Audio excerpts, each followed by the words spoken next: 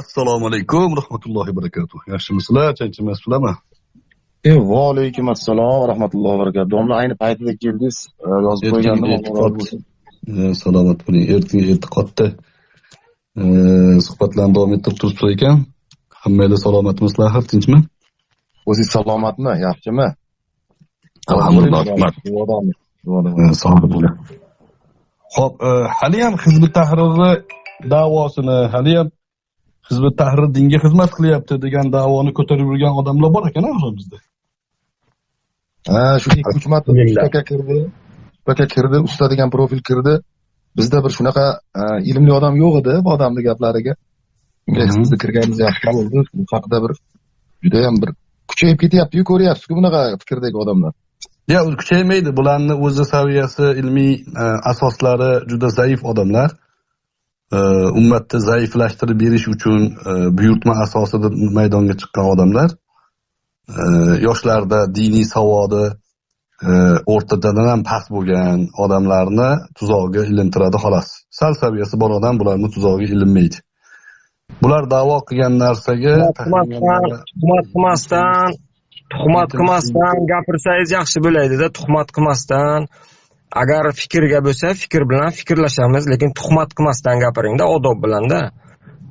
Xo'p, hozir mana shu gapimdagi tuhmatni topib beringchi, odob bilan. Hozir aytyapsiz-ku, ular unay qiladi, bular bunay qiladi deb borku tuhmat. Bunay qiladi demadim. Siz ana shunaqa gaplarni gapirmasdan, asabga tegmasdan davay fikr bilan gaplashamiz. Asabga tegmasdan. Sizga fikr aytyapman. Hizb Tahrir jamoasi islomiy saviyadan ancha yiroq, islom saviyasida o'rtachadan pastroq bo'lgan yoshlarni tuhmat. Bu isbotlab bering. Saviyasi qancha shayxlari ham bu, olimlari ham bu, qancha Al-Asqarga ham kimligini o'zingiz bilasiz. Keling, men fikrga kelishaylik. Fikr aytyapman. O'zbekiston haqida, Abror aka. Ha, O'zbekiston haqida gapiramiz. Mayli, O'zbekiston haqida gapiramiz. Hizb aytadi, O'zbekistonning qonunlari shar'iy hukm emas, kufr qonunlari deydi. Siz isbotlab bering, ana shu O'zbekistonning konstitutsiyasidagi qonunlar shar'iy hukm ekanligini isbotlab bering. Men isbotlab beraman kufr qonunlari ekanligini. U jazomi, u ijtimomi, iqtisodmi, hammasi shariatdan emasligini isbotlab beraman. Siz isbotlab bering ana shular shar'iy hukm ekanligini. Hozir maydonga xohlagan gapni tashab javob bera olmasa, tuhmat deb, tuhmatligini isbotla desa, yangi mavzu ko'tarib ketaversangiz, madaniy suhbat bo'lmaydi. Fikrga to'xtaymiz-da, siz fikrga to'xtaylik. Siz shaxslarga kirmaylik. To'xtang, Abror aka. Gapirmadi. Ana shu qonunlar haqida gapiraylik. Siz qonunlarni, qonun haqida alohida gaplashamiz. Bo'ldi, ana shu qonun haqida men sizga gapiraman. Bu qonunlar islomiy qonunlar emas deyman. Mana shu qonun haqida gapiraman. Gapimni bo'lyapsiz. Men hech qanaqa sizga nisbatan asabingizga tekkanim yo'q. Oddiy gapiryapman. Hizb Tahrir jamoasi O'zbekistonda islomiy saviyasi o'rtachadan past bo'lgan odamlarni tuzoqqa ilintirish uchun qasddan kiritilgan, ya'ni jinoiy guruh islom da'vosini qiladi.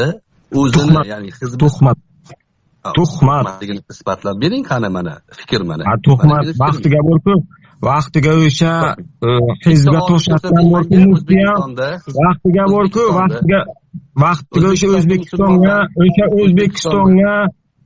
O'zbekistonga o'sha hizbga tosh otgan borku, o'sha muftilar ham hizbning a'zosi bo'lgan vaqtiga borku. Bu narsani siz prekrasno bilasiz borku. Hatto o'sha mana buni tuhmat desa bo'ladi. Menga qarang.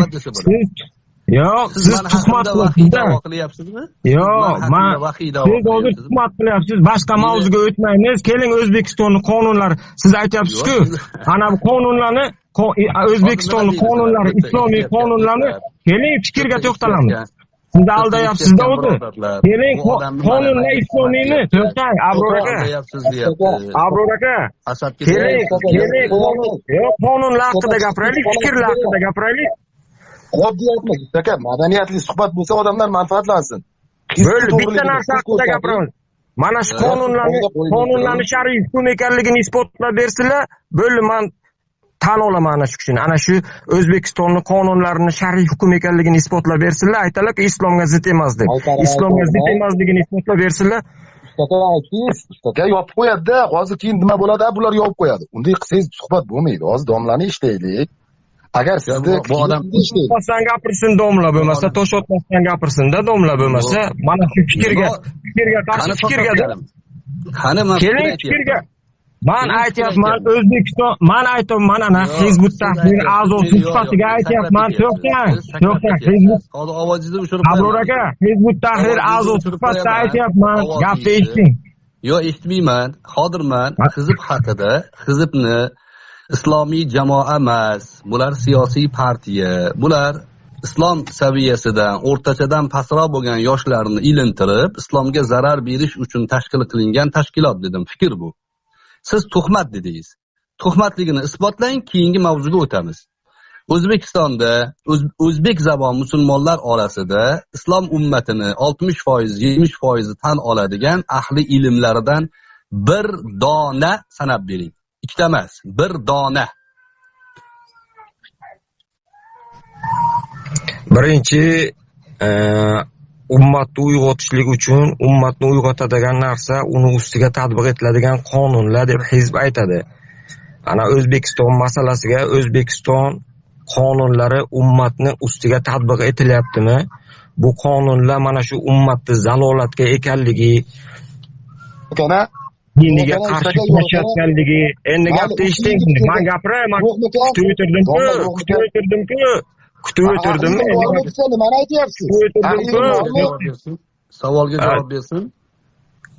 Endi eshiting-da.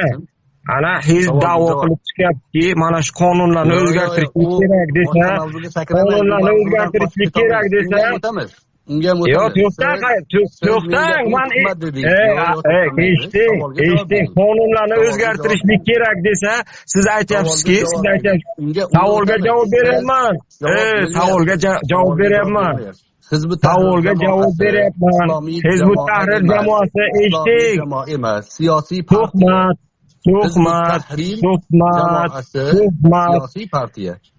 Va ular partiya ekanligini har doim e'tirof qilib keladi. Hizbut Tahrirning fikrlari, masjid qurdinglarmi desangiz, gapni eshiting.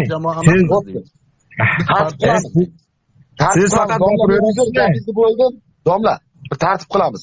Mana shu narsani navbat bilan gapirishga 3 minutdan 5 minutdan vaqt olsanglar, bu odamning juda ham katta da'vosi bor. Mana shu manfaatli bo'ladi inshaalloh. Buni hamma joyga tarqatamiz. Bir kishi 5 minut, bir kishi 5 minut, yo 3 minut, 3 minut. Ikkalasi ham bir xil vaqt gapirsin, to'xtatilsin. Men pijinga chiqishim kerak. Qarab turadiganlar bor. Shunday qilaylik, iltimos. Yo, meni bilishimcha bu odam bilan uzoqqa cho'zilmaydi. Ko'ryapsiz, sakrab ketyapti. Hizbut Tahrir jamoasi fikr o'laroq aytayapman mana. Men Qur'onda, sunnatda shunaqa demayapman. Hizbut Tahrir jamoasi bu islom ummatining bugungi kundagi eng g'olib fikri shuki, musulmonlarga zarar yetkazish uchun ataylab intriga sifatida tashkil qilingan tashkilot. Qo'llab-quvvatlangan o'shalar tomonidan va bularni da'vatini ahli ilmlardan biror donasi qabul qilmagan. Islom ummatining ichidagi ahli ilmlardan. Bu ham tuhmat. Jamoaga ergashadigan bunaqa bo'lib turaversangiz qancha madaniyat bor sizda? Ya tuhmat qilyapsiz-da, tuhmat qilaversangiz, men sizga aytyapman, hizb deyapman, hizbning fikrlari islomiy deyapman. Qur'on, hadis, ijmo va qiyosdan olingan.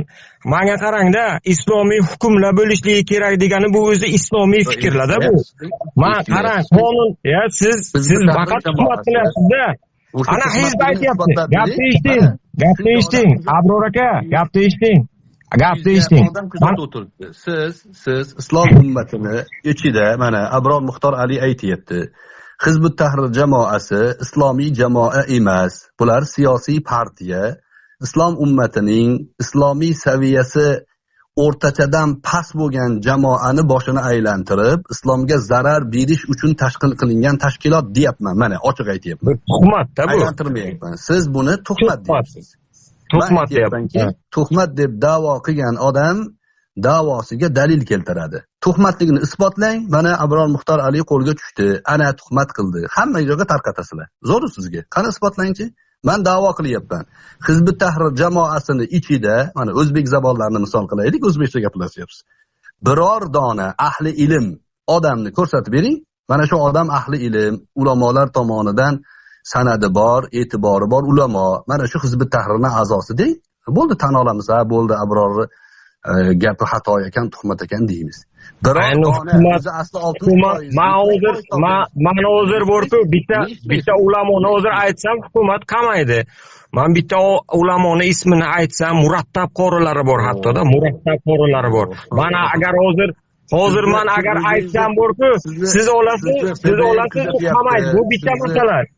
Keling, men birinchi da'voyingizga gapiray, birinchi da'voyingizda aytaykin, siz aytyapsizki, Hizbut Tahrir deyapsiz.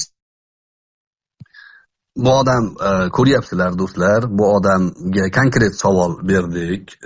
Bu odamga o'xshaganlar shunaqangi baqir-chaqir, birovga madaniy suhbat uchun saviyasi yetmaydigan odamlar natijada mana shu suhbatni fonida o'zini guruhiga boradida, Abror Muxtor Ali bizni haqorat qildi, bizni ovozimizni o'chirib qo'ydi deb gapiradi. Ular buni tekshirmasdan Abror shunaqa ekan deyaveradi. Abror Muxtor Ali madaniy suhbatda bularni o dodalariga dam berib yuboradi. Dodalariga. Ular tuhmat qilib, islom ummatini zararga tiqib, islom ummatini boshiga balo keltirib, biz dinga xizmat qilyapmiz degan yolg'onni ko'tarib yurgan odamlar. Bularga qarshi gapirsangiz, islomga qarshi gapiryapsan deb da'vo qiladi. Hozirgi kundagi jamiyatlarni hammasini kofir bular, shariatga zid deydi. Nimaga? Hizbut Tahrir jamoasini ya'ni taqiqlagani uchun. Hizbut Tahrir islom emas-ki.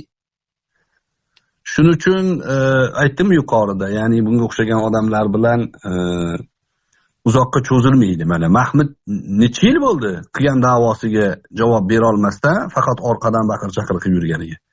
10 yil bo'lib qoldi shekilliga, 10 yil atrofiga yaqinlashib qoldi. 8 yil bo'ldi menimcha.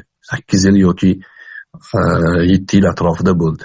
Hali ham chiqib erkak bo'lib, men xato qilibman do'stlar, birodarlar, uzr degani yo'q. Chunki da'vosi islom emas bularni. Da'vosi shaxsiy siyosat. Bular o'sha shaxsiy siyosatiga dinni ishlatmoqchi bo'layotgan juda pastkash odamlar. Dinfurush deydi shularni. Bular xohlagan gapni gapirish kerak, xohlagan qilig'ini qilish kerak. Bularga qarshi gapirsangiz, sen islomga qarshi gapiryapsan. Mana islomni gapiryapman deydi. Qanaqa islomga gapiryapsan sen? O'zbekistonda deydi qonunchilikka o'tsangiz ham bularni da'vosini kuchligi chiqadi. O'zbekiston qonunchiligida demokratik davlat, diniy davlat emas. Demokratik dunyoviy boshqaruvga asoslangan O'zbekiston dunyodagi hozir 80-90% davlat shunaqa. Musulmon ulamolar ijmo bilan aytadi, bugungi kunda musulmon ulamolar demokratik jamiyatlarda islomning asoslariga imkoniyat bor ekan, o'sha joyda musulmonlar islomiga amal qilib yashashligiga haqli deydi. O'zbekistonda O'zbekiston fuqarosi 5 vaqt namozini o'qib, men musulmonman deb, ro'zasini tutib, zakotini berib, hajini qilib, masjidlarga qatnab, azonlar, hamma islomga aloqador 70% ga yaqin, 80% ga yaqin amalni qiladi. Hatto tijoratchilar musulmonlardan kelib so'raydi. Mana shu tijoratimda ribo yo'qmi? Qanday qilsam halol bo'ladi deydi. Bu hammasi bor, ko'rinib turgan narsa. Bular nimani bahona qiladi? O'sha eski takfiriy usulda zinokori toshbo'ron qilinmayotganligini, o'g'rini qo'lini kesilmayotganligini, qasos olib o'ldirilmayotganligini misol qiladi. Mana islom yo'q deydi shu bilan. Bunaqa desa Hazrati Umarni ham bular adashgan deydi, radhiyallohu anhu. Hazrati Umar ham o'g'rini qo'lini kesmagan sharoitga qarab. Sharoit taqozo qilmagan. Hazrati Usmonni mana shu odamlar, mana shu bolalar islom da'vosi bilan kelib taxtni bo'shat, xilofatni bo'shat degan. Hazrati Ali radhiyallohu anhuning boshiga o'shancha kulfatu, malomatu, musibatlarni qasosni olmayapsan deb boshlariga solishgan. Bular hech qachon islom jamiyatiga foyda keltirmagan. man Hizbut Tahrir jamoasi bilan gaplashganimda birortasini islomiy saviyasi o'rtacha ekanligini ko'rmaganman. O'rtacha ham emas. O'rtachadan pastroq bo'ladi. O'rtacha saviyadagilari bular o'sha amir bo'ladi. Sal saviyasi oshsa tavba qiladi. Mana bitta bor edi, Hafizulloh bor edi. Shu odamni saviyasi sal o'rniga kelganda o'zi aytdi. Men dedi yoshlik hissiyot tuyg'uga berilib bu Hizbut Tahrirni qo'llab-quvvatlab qo'yganman. Men ilmiy, ongli shaklda e'tirof qilaman, Hizbut Tahrir jamoasida tark qilaman, qolganlarni shuni tavsiya qilaman dedi. Bitta mana shuni sanashi mumkin bular. Mana ahli ilm deb.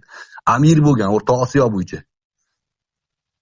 Tushunib yetdi, ahli sunna ulamolari bilan ko'rishdi, gaplashdi, saviyasi yetdi. Tazyiq bo'lsa 20 yil bo'lsa 20 yil chidagan odam shular.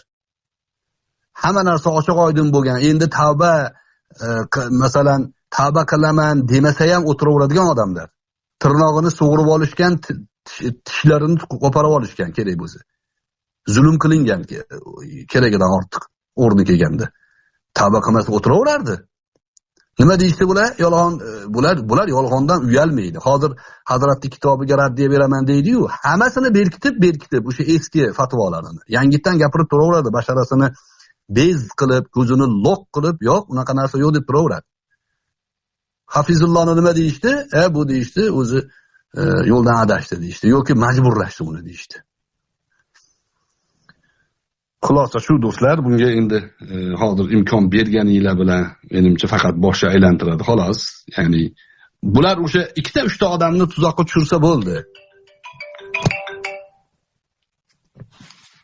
Katta bitta jamoatni ergashtira olmasligini juda yaxshi biladi. Siz bilan bizni ichimizda 3 ta 5 ta odamni qo'lga kiritsa, o'shalar bilan keyingi faoliyatiga 3 ta 4 ta qurbonni paydo qilishsa, shu anaqa bo'ladi. Maqsadiga erishgan bo'ladi. Hizbut Tahrirni o'zi aytayapti. Zonada deydi bittasi, bizni haq huquqlarimiz toftalayapti.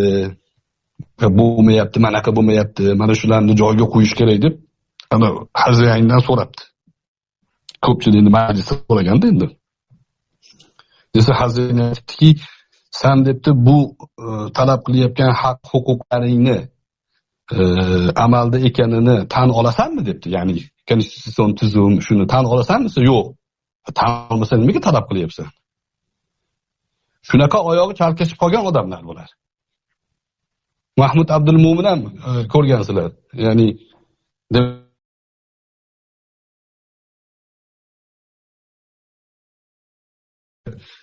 foydalanaveramiz deydi. Lekin Abror Muxtor Aliyni demokratik qonunlardan foydalansa bo'laveradi degan gapini kufr deydi. Ularga bo'laveradi. Bizga sholpillab qolar ekan. Qisqaroq shu do'stlar, gaplashib turinglar, mehmonlarim keldi. Jonliga chiqa olmayapman chunki juda mehmon ko'p. Keldi ketdilarni kuzatib olay, yana bemalol inshaalloh gaplashamiz. Menimcha xulosa yetarli. Bu odamga hozir imkoniyat berishdan nima foyda bilmayman. O'zini gapini ashna qilib o'tiradi xolos bular. Yana ko'ringlar, bir maslahatlashamiz. Assalomu alaykum va rahmatullohi va barakatuh. Assalomu va rahmatullohi va barakatuh.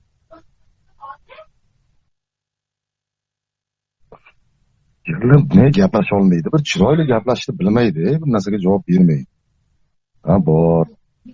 Nima aytgani bo'lmaydi. Palonchi. Boshqa yo'qmi bironta o'sha mayli ismini aytsam bo'lmasa ekan bittasini. Xo'p, Abbos gaplashsanglar gaplashib turaveringlar u odam bilan. Lekin shunaqangi da'vosi borki, hozir men oddiy fikr gapiryapman. Shu gapimga dalil keltiryapman. Ya'ni gapim Hizbut Tahrirda ahli ilm yo'q degan gap. Bu tuhmat deyapti. Xo'p, shuni tuhmatligini isbotlab bersa, shuni so'raylar. Boshqa mavzuni alohida ko'taramiz. Xo'p, ahli ilmlar bor. Nomini aytsa qamab oladi deydi. Bu usta o'zi nomi yo'q bu yerda. Bu gapirsa palonchi desa, buni gapiga qarab shart borib ushlab qamab olar ekan. O'zi asli g'aybni da'vo qilayotgan, tuhmat qilayotgan bu odamlar. Menga aytadi, siz yaxshi bilasiz deydi. Men bilmagan narsani bu bilar ekan. ya'ni men haqimda men o'zim nimaligini bilmayman, bu bilar ekan, bu tuhmat qilsa bo'laverar ekan bu. O'shaning uchun mana shu da'voni so'rab gaplashinglar, lekin bu odamlarni ilmiy saviyasi bor deb o'ylamanglar. Bular 3-4 ta narsani yodlab olgan. Fikriy ma'noda mana hozir bahsda insof bilan aytinglar. Qolganlarga ham shu tavsiya. Kim madaniyat bilan gaplashdi-yu, kim baqir-chaqir qildi, kim gapiga javob bera olmadi, kim da'vosidan orqaga qaytdi, shundan xulosa olinglar. Ayniqsa yoshlarga buni tushuntirish kerak. Yoshlar samimiy odam kimligini, kim diniga samimiy amal qilyapti-yu, kim dindan siyosiy maqsadda foydalanyapti. Shuni ajratib olinglar. Gapirsa lo'killab orqasidan ketib qolavermaslik kerak, chiroyli gapiryapti deb. Xavorijlar din masalasida misli ko'rilmagan balog'atga ega bo'lgan. Xavorijlar. Bu xavorijlar Hazrati Aliga qarshi chiqib atrofiga odam to'plash uchun kallasi to'poy odam bo'lmagan. Juda balog'ati kuchli bo'lgan, Qur'ondan, sunnatdan, taqvodan, tasavvufdan gapirgan. Oxiratdan gapirgan. O'shaning uchun atrofiga odam ergashtirib, eng katta savob ish Alini o'ldirish deyishgan. Eng katta savob ish, e'tiqodiy masala deb singdirishgan odamlarning zehniga. Chiroyli gapirgan har bitta odam shariatdan gapirayotgan bo'lavermaydi. Qur'on o'qiyotgan har bitta odam islomni ifoda qilayotgan bo'lavermaydi. Shuning uchun san'at, shuning uchun ulamolarning fahmi, shuning uchun islomda silsila muhim. Bo'lmasa Qur'onni o'qib olib, xohlagan ma'noni xohlagan odam chiqara oladi. Mana shunga e'tibor berib turasizlar. Assalomu alaykum va rahmatullohi va barakatuh. Xuddi shuni gapirib turdik, hozir bir yigit o'sha yerga sal o'ralashgan ekan, shuni tavsiya qilib turdik, domla, Alloh rozi bo'lsin. Sizdan eshitgani yaxshi bo'ldi. Bitta yana bir og'iz narsa bor edi, ustoz. Vaqt qanaqa? Ehtiyot, 1-2 minut. Hozir mehmon kelib qoldi. Men aytib turavering, agar imkon bo'lsa gaplashamiz. Gapiravering nima bo'lsa, men eshitib turaman birodar. Xo'p, Abbos gaplashsanglar, gaplashib turaveringlar u odam bilan. Lekin shunaqangi da'vosi borki, hozir mana men oddiy fikr gapiryapman. Shu gapimga dalil keltiryapman. Ya'ni gapim Hizb-ut Tahrirda ahli ilm yo'q degan gap. Bu tuhmat deyapti. Xo'p, shuni tuhmatligini isbotlab bersa, shuni so'raylar. Boshqa mavzuni alohida ko'taramiz. Xo'p, ahli ilmlar bor. Nomini aytsa qamavoradi deydi. Bu usta o'zi nomi yo'q bo'tdi. Bu gapirsa palonchi desa, buni gapiga qarab shart borib ushlab qamavorar ekan. O'zi asli g'aybni da'vo qilayotgan, tuhmat qilayotgan bu odamlar. Menga aytadi, siz yaxshi bilasiz deydi. Men bilmagan narsani bu bilar ekan. Ya'ni men haqimda, men o'zim nimaligini bilmayman, bu bilar ekan. Bu tuhmat qilsa bo'laverar ekan bu. O'shaning uchun mana shu da'voni so'rab gaplashinglar, lekin bu odamlarni ilmiy saviyasi bor deb o'ylamanglar. Bular 3-4 ta narsani yodlab olgan. Fikriy ma'noda mana hozir bahsda insof bilan aytinglar. Qolganlarga ham shu tavsiya. Kim madaniyat bilan gaplashdi-yu, kim baqir-chaqir qildi, kim gapiga javob bera olmadi, kim da'vosidan orqaga qaytdi, shundan xulosa olinglar. Ayniqsa yoshlarga buni tushuntirish kerak. Yoshlar samimiy odam kimligini, kim diniga samimiy amal qilyapti-yu, kim dindan siyosiy maqsadda foydalanyapti. Shuni ajratib olinglar. Gapirsa lo'killab orqasidan ketib qolavermaslik kerak, chiroyli gapiryapti deb. Xavorijlar din masalasida misli ko'rilmagan balog'atga ega bo'lgan. Xavorijlar. Bu xavorijlar Hazrati Aliga qarshi chiqib atrofiga odam to'plash uchun kallasi to'poy odam bo'lmagan. Juda balog'ati kuchli bo'lgan, Qur'ondan, sunnatdan, taqvodan, tasavvufdan gapirgan. Oxiratdan gapirgan.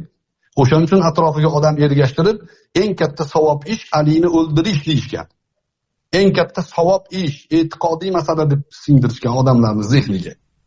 Chiroyli gapirgan har bitta odam shariatdan gapirayotgan bo'lavermaydi. Qur'on o'qiyotgan har bitta odam islomni ifoda qilayotgan bo'lavermaydi. Shuning uchun san'at, shuning uchun ulamolarning fahmi, shuning uchun islomda silsila muhim. Bo'lmasa Qur'onni o'qib olib, xohlagan ma'noni xohlagan odam chiqara oladi. Mana shunga e'tibor berib turasizlar. Assalomu alaykum va rahmatullohi va barakatuh. Xuddi shuni gapirib turdik, hozir bir yigit o'sha yerga sal o'ralashgan ekan, shuni tavsiya qilib turdik, domla, Alloh rozi bo'lsin. sizdan eshitgani yaxshi bo'ldi. Bitta yana bir og'iz narsa bor edi ustoz. Vaqt qanaqa? Ehtiyot 1-2 minut. O'zbekistondagi sharoitga ko'ra prezident janoblarini birinchi siyosati islohotlar, siyosiy islohotlar, yangi O'zbekiston, erkinliklar haqida gap boshlar ekan, imomlarga juda qattiq e'tibor berdi. Suyanaman sizlarga dedi. Buni mana shu narsani misol uchun sindirish uchun siyosiy o'yinlar o'ynaladi. Fazliddin o'zini imomligini suiiste'mol qilib, mehrobdan butun imomlarni nomidan chiqib olib turib, propaganda qiladi. Gapirayotgan gapi, da'vosi odamlarni qulog'iga yoqadi, lekin walakin yuradu biha al-batil. Botil maqsad qilinadi unda. Hamma haqni aytgan, haq bo'laverganda edi. Hazrati Alini qatl qilgan odam haq ahlini imomi bo'lardi. Bunaqa bo'lmaydi. Mana shu da'vosi ham bularni siyosiy o'yinga o'ynayotganini bildiradi. Ozgina ilm o'qigan odam yoshlik g'ururini chekkaga qo'yib, oynaga qarab, ya'ni salqin miya bilan, sovuq miya bilan tushunib yetgan odam hizbiyni xatosini ko'radi. Hissiyot ustiga qurilganini, ilm ustiga qurilmaganligini shunda ko'radi. Ozgina o'qisa bo'ldi. Bularni o'qimaydiki. Bularni o'qimasdan johil turishligini ta'minlaydi. Bularga faqat kitob 34 ta tugunni tugishlik uchun qilingan. Demokratik kufr nizomi, Taqiyuddin Nabahoniyning kitoblari bo'ldi. Abdulqadim Zallumni nazariyalari bo'ldi shu. O'shalar bilan tugun qilib qo'yiladi bo'ldi. Qasam ichiladi, oxirida qulplab qo'yiladi bo'ldi. O'sha 34 ta tugun yechilmaguncha bular zararni yetkazib boraveradi. Tuguni yechilganlar bor. Tuguni yechilib to'xtab turib, bularni ichida eng aktivlari bor. Eng aktivlari. 1000 ga yaqin odamni hizbiy qilganman. Mana shu gunohimni yuvish uchun hizbiylarga qarshi da'vatda menga imkon beringlar degan odam bilan shaxsan gaplashganman. Men bilan yonma-yon o'tirib turib hizbiylarni tupikka tiqib tashagan. Men hizbiyman degan, 20 yil atrofida o'tirdim degan. Men yegan kaltakni, men ko'rgan zulmni sen ko'rmagansan. Men shunaqa xizmat qilgan odamman, lekin bildimki senlarni hiylangni, nayrangingni. Senlar mana shunaqa ko'rgan deb ochib tashagan. Bularning ichida olimi yo'q. Kecha men aytdim-ku usta deganiga. Ilm ustiga qurilgan deyapsizlar. Xo'p, o'zbek zabonlaridan misol. Bir dona olim keltir. Bu savolni berar ekanman, aytishi mumkin bo'lgan bir dona olimi O'zbekistonda Hafizulloh bo'lishi mumkin. Hafizulloh Mujahidov. Sayfulloh Nosirni ukalari. Hizbiy bo'lgan, amir bo'lgan. Oxirida chiqib aytdi. Men dedi, ongli ravishda ilmiy tahlillarning oqibatida Hizb Tahrirning xato ekanligini ko'rdim va birodarlarimga ham buni nasihat qilaman, qaytinglar dedi. Uni johilga chiqarishdi, olim deb turganlarini hammaga ko'rsatishardi shuni. Mana bizning olimimiz kim bor? Falonchi kirgan ekan, mot qilib qo'yibdi. Pistonchi kirgan ekan, kitoblarini yoddan aytib beribdi deb maqtanib yurishardi. O'sha odam 3-4 ta ahli sunna ulamolar bilan gaplashib, samimiy tavba qildi. Bularning ichida ulamo yo'q. Islom amiriyni ko'rsatishyapti. Ulamo emas ular, da'vatchilar ular. Ilm boshqa narsa, fiqh boshqa narsa. Man yuridillahu bihi khayran yufaqqihu fid-din. Hadis sharifda fiqh gapirilgan. Olim, da'vatchi gapi ta'sirli deyilmagan. Dinda faqih bo'lish oson emas. Dinga amal qilish oson, dinda faqih bo'lish oson emas. Va hamma faqih bo'lishi shart emas. Bu Allohning bergan ne'mati u. Faqih bo'lmagandan keyin, saviya o'ta sayoz bo'lgandan keyin men dinga xizmat qilyapman deb din dushmanlarining proyektiga o'ynab beradi. Iroqni, Suriyani dabdala qilib beradi. Keyin atrofda mazlumni ko'paytirib, haqqiga duo qilmaysanlarmi deb baqir-chaqir qilib, boykot deb o'tiraveradi. Tushunarlimi? Alloh rozi bo'lsin, rahmat. Sizni ko'p bir eslagan, bir sog'ingan bir Jamshid degan do'stimiz bor, shuni savoli bor ekan. Jamshid, savolingizni bering. Assalomu alaykum ustoz. Ahvolingiz Alaykum yaxshimi? assalom va rahmatulloh. Ahmad. Kayfiyatlaringiz yaxshimi? Shu Alhamdulillah. mavzuga tegishli bitta savol ustoz. Bismillah. Bir safar mana shu havorij sifat birodarlarni bittasi bilan suhbatlashib qolganimda juda bir johilona shaklda takfir bergan edi. Va men ham bir jahl ustida aytgandimki, sen tushunayotgan islomdan men bariman degandim. Endi bu degani ahli sunna val jamoani da'vo qilayotgan islom emas. Aynan ular tushunayotgan islomda men aytyapman. Bu gapda xatar bormi yoki yo'qmi ustoz, shuni umumiy tushuntirib bersangiz. Bir necha bor bo'ldida shunaqa holat. Tushunarli. Bunga o'xshagan narsalarda albatta xatar bor. Xatar nima desa, diyonat yuzasidan xatar bor. Men islomdan bariman degan jumla insonni, ya'ni iymondan chiqaradi. Lekin sizlar tushunayotgan islomdan bariman deyish bu endi shubuhatga kiradi. Hazrati Umardan tavotiran bizga kelgan asar bor. U kishi aytadilarki, idraul hudud bi shubuhat deydi. Ya'ni shubha topiladigan shubhalar bor joyda hadlarni joriy qilmanglar deganlar. Had degani ya'ni bir odamni kufrga e'lon qilish, dindan chiqdi deb e'lon qilish, murtad deyish kabi narsalarga had joriy qilinadi. O'sha hadlarni shubha bo'lsa e'lon qilmanglar, ya'ni ijro qilmanglar deganlar. Sizning gapingizda shubha bor endi. Shubhaki sen tushungan islomdan deyapsiz-da. Lekin ahli zikr Qur'on va hadisni mafhumiga ilmiy asosda ya'ni voqif bo'lmaganligingiz uchun u tushungan islom agar islom bo'ladigan bo'lsa, diyonat yuzasidan iymoningizga ta'sir qiladi. Lekin siz tushungan islom aslida unaqa islomni aslini ifoda qilmaydigan bo'lsa, unda ham sizni diyonatan sizga zarari tegadi. Lekin bu shubha bo'lganligi uchun sizni kofir deb bo'lmaydi. Dindan chiqdiman shu gapi bilan deb bo'lmaydi. Lekin bunaqa gaplarga johil ya'ni jaholat yuzasidan kirib ketmaslik kerak deydi. Takfir masalasi shuning uchun juda ham nozik. Takfir masalasi bu har tomonlama taftish qilinadigan masala. Oddiy masalan O'zbekistonda jinoiy bir faoliyat bo'lsa, uni tergov qilinadi, tergov jarayonlari tugagandan keyin sudga chiqariladi, sud uni oylar mobaynida taftish qiladi. Ikir-chikirigacha to'xtamay o'rganadi. Qayerdan olgan shuni? Islom huquqidan olgan. 3 ta odamni guvoh qilib otib yuboravermaydi Stalinni yo'li bilan. Stalin qo'ygan troyka usuli bilan qilmaydi unaqa narsani. Nimaga? Sud shubha bo'lsa, o'sha shubhani oydinlatish kerak. Qoziyatda shunaqa bo'lgan. Sizning gapingiz bilan bir kishi sizni mahkamaga bersa, sizga aytadiki, bunaqa oxirida bunaqa islom bilan, iymon bilan qasam ichilmaydi, bunaqa narsa qilmagin deb sizga nasihat qiladi, lekin sizni kofir demaydi, chunki shubha bor u yerda. Men uni tushungansiz aytasiz-da oxiri. Men ular tushungan tushunchani islom deb bilmayman deyishingiz mumkin. Ha, demak sen islomni emas, boshqa narsani aytibsan. Lekin bu gapni gapirma. U aytayotgan narsa islom bo'lsa-chi deb sizga nasihat qiladi. Tushunarlimi? Alloh rozi bo'lsin ustoz. U odam ham haligi o'zimiz tanigan axiy degan bolalar edi. Farruh savol bormi? Assalomu alaykum va rahmatullohi va barakatuh. Alaykum assalom va rahmatullohi va barakatuh.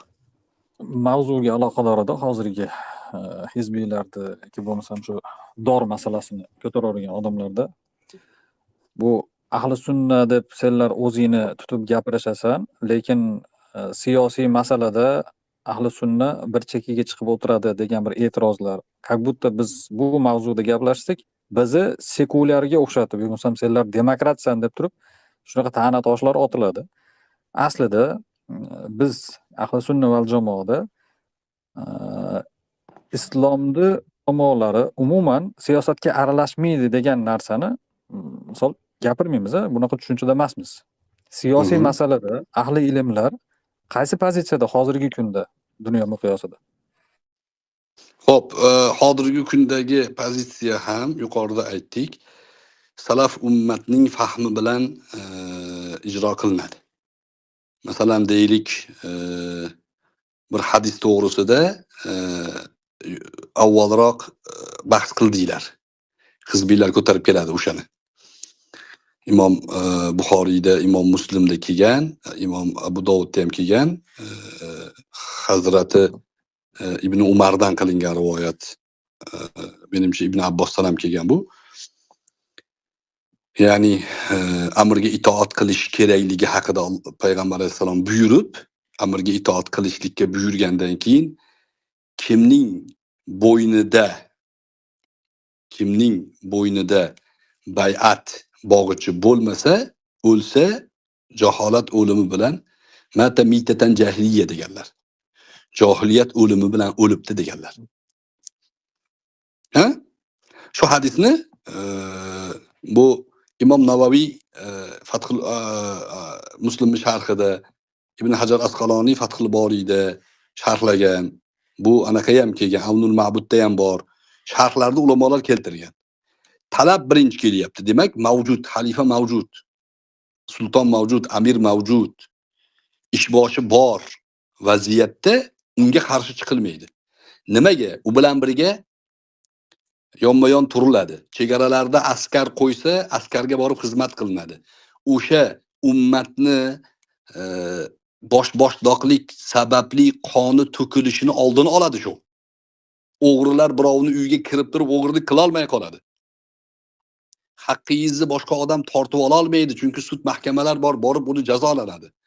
Islom ummati mana shu odamga ergashishligi natijasida tinchlik, birdamlik va diniga amal qilish fursatini topsa, ergash vojib bo'ladi, deydi.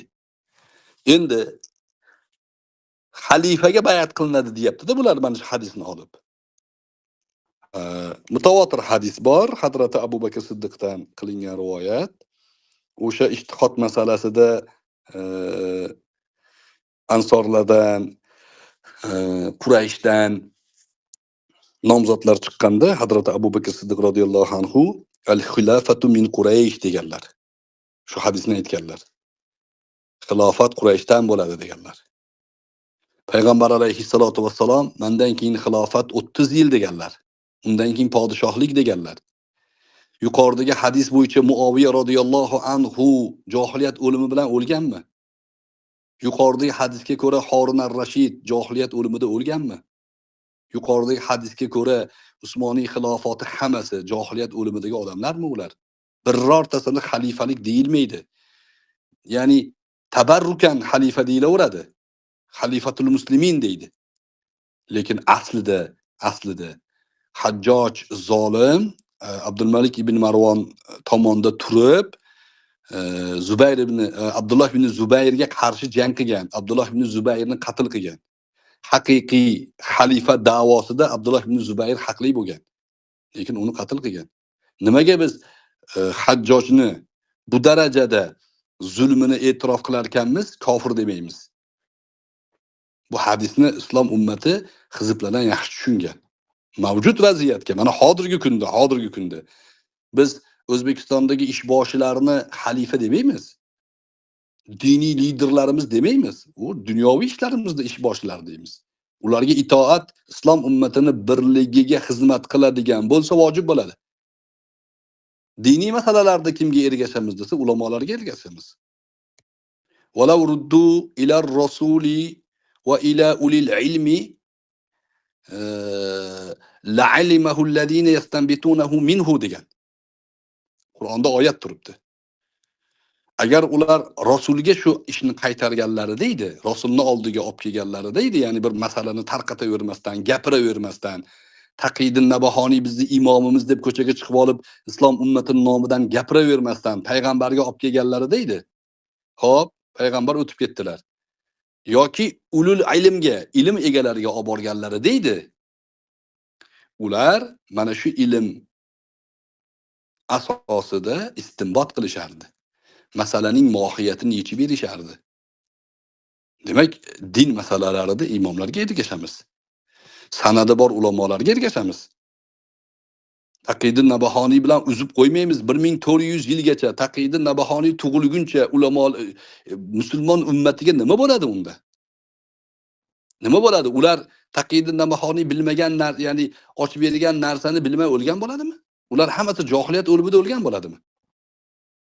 Mana shunga ko'ra mavjud jamiyatlar qaysi sistemada boshqarilishidan qat'iy nazar. Ya'ni biz dunyoviy boshqaruvda demokratik jamiyatda yasharkanmiz, demokratiyani din emas deymiz. Dunyoviy boshqaruv deymiz. To'g'rimi? Ha. Masalan, armiyada xizmat qilsangiz, sizni stroyda turg'izadi. Stroyda turishlik to'g'risida na hadis bor? Ya'ni bitta kapitanni qilib stroyda deyishligi, o'ngga qara, chapga qara deyish yo'q. Qur'onda ham yo'q, hadisda ham yo'q. Bunga ergashamizmi? Ha, ergashasiz. Nimaga? O'shanda harbiy strategiya ya'ni qo'l keladi. Demak, bu gaplardan kelib chiqadiki, bugungi kunda ahli sunna ulamolar bil ittifoq aytadi, demokratik jamiyatlarda, dunyo ishlarida shariat qaytarmagan umumning manfaatiga masolihul mursala tashab qo'yilgan manfaatlar sifatida qoldirilgan mavzularga amal qilinadi. Jamoaviy amal qilinadi. Amal qilmasangiz, siz sababli boshqa jamiyatlarga zarar yetkazilgan bo'lsa, siz gunohkor bo'lasiz. Masalan, Ibn Taymiya Mazolimul Mashoraka degan kitobi bor. Ya'ni mushtarak mazolimlar, mushtarak soliqlar degan. Bir qishloqda masalan 10 mingta odam bo'lsa, har bittasiga 10 so'mdan soliq solinsa, Qur'onda yo'q, hadisda yo'q. Zolim ularga soliq solyapti, 10 so'mdan berasan. Majburlab oladi. 10 mingtani 10 so'mdan 100 ming bo'ladi. 100 mingni olish kerak shu. Majbur oladi, nima qilib bo'lsa ham. Tovuqni ham tortib olib bo'lsa oladi. Shunda shu qishloq egalaridan kimdir mana shu 10 so'mni bermaslik uchun tanish bilish qilsa gunohkor bo'ladi. Nimaga? Buni 10 so'mi boshqa odam bo'yniga yuklanadi. Shariat bu, usul bu. Tushunarligi? Savolingizga javob berdimmi yo qolib ketdimi xatodadir? Rahmat. Savol shu edi o'zi. Xo'p. Ma'qul. Oxirgi savolga imkon beraylik. Kimda savol bor? Menda. Shu mavzuda Ha, bering. Kim? shu mavzuda savol degan profilni ochdim. Hop. Gapiring. Assalomu alaykum. Alaykum assalom va rahmatullohi va barakatuh. Rahmat. Qorakan bola hozir hali maktab nimasini gapirib o'tdi. Hali nomahramlar aralashib o'tirish maktabda. Joizmi, joiz emasmi? Agar joiz bo'lmasa, qanday yechim qilsa bo'ladi? Yani shar'iy yo'lda. Xo'p, aralash o'g'il bola, qiz bola aralash o'qishligi shar'iy tomondan nojoiz deyapti-da bu. To'g'ri, bu erkak ayollarni bir jamoada aralashib ketishligi shar'iy tomondan bir muammosi bor. Buni yechimini qilaman deb umuman ta'limni to'xtatib qo'yish, unga bolta urish muammosi bo'lsa, usulda qoida bor. Ad-dararu la yuzalu bimislihi degan. Zarar o'ziga o'xshagan zarar bilan ketkazilmaydi degan. Masalan, bitta maktab ochishdi, xususiy maktab. O'g'il bolalarni alohida qilib, qiz bolalarni alohida qilishdi.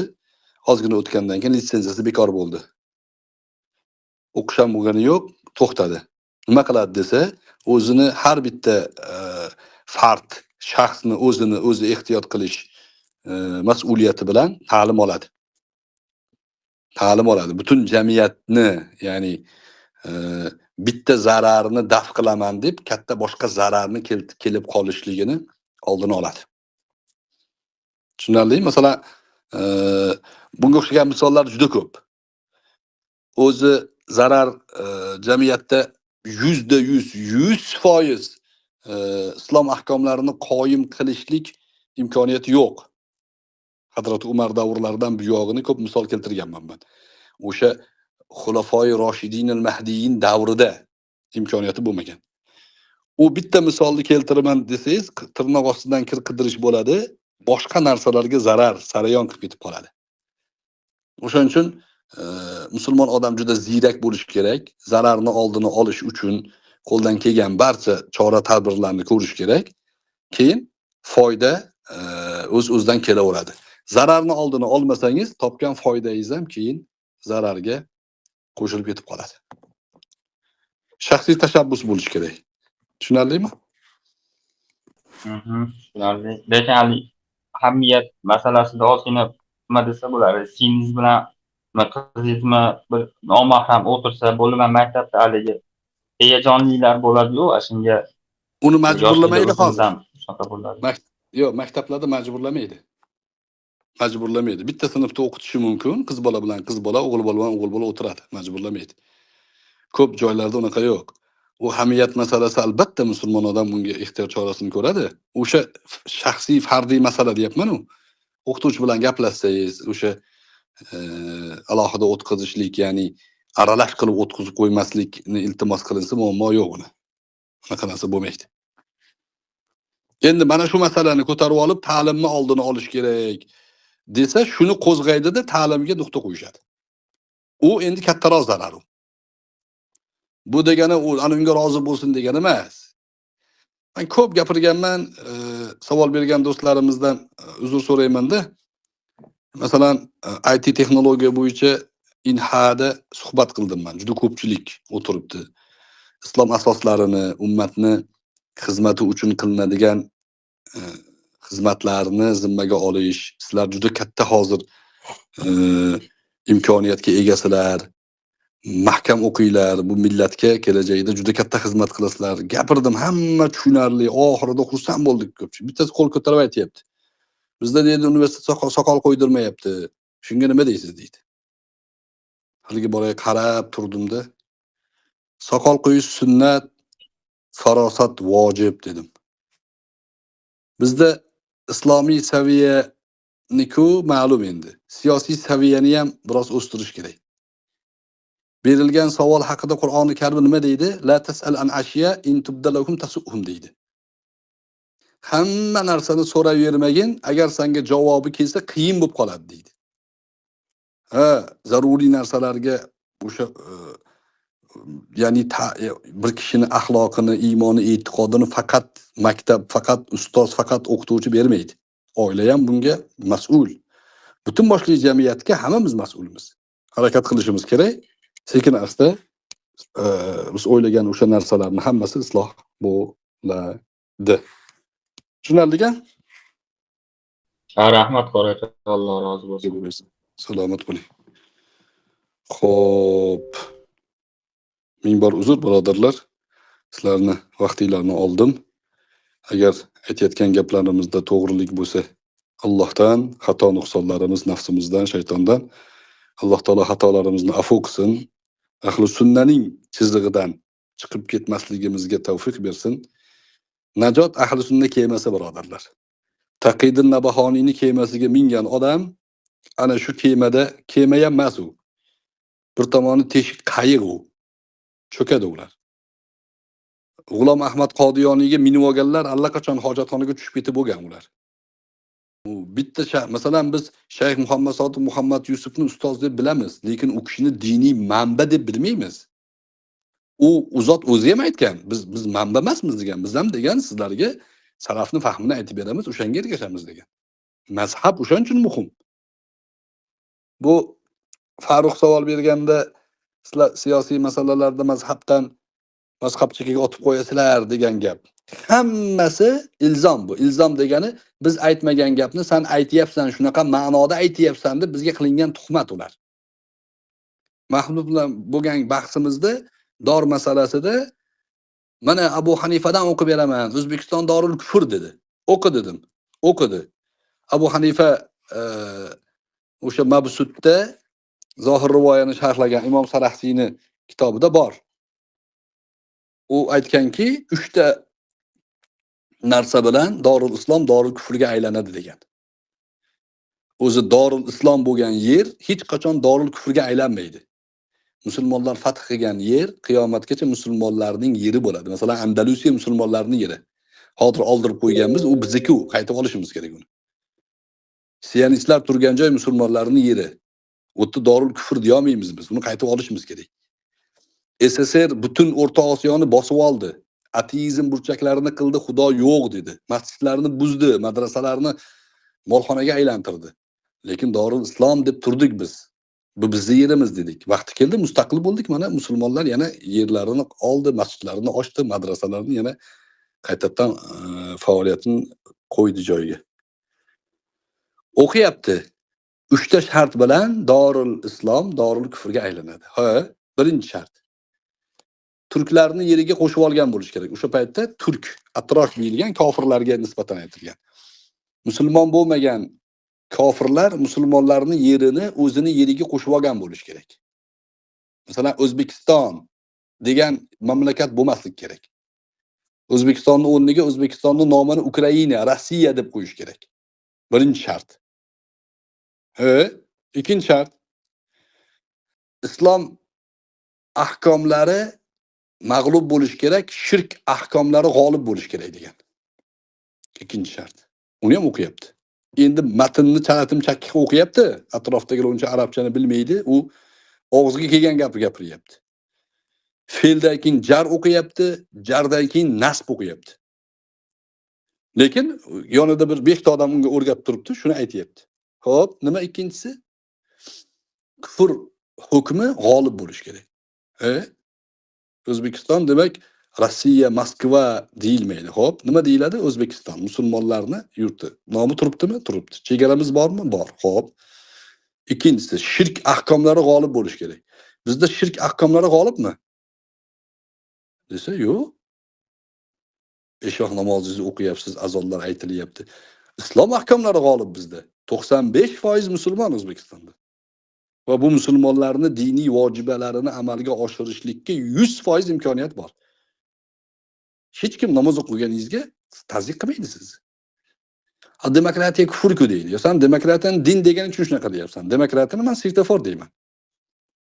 Xo'p, uchinchisi desa, uchinchisini o'qiyapti.